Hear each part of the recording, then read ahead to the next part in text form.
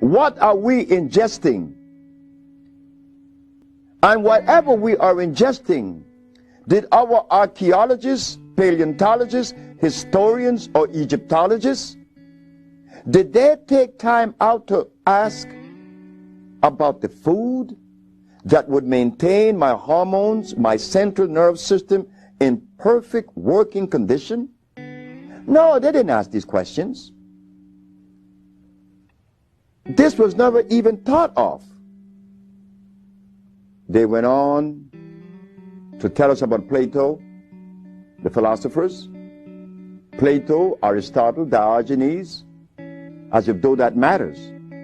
The archaeologists were telling us about the various fossils that was found in Egypt 10 million years ago.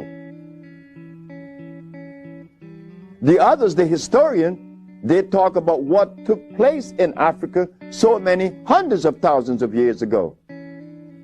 But never did one said that he found or that they found a food that is consistent with our cellular structure.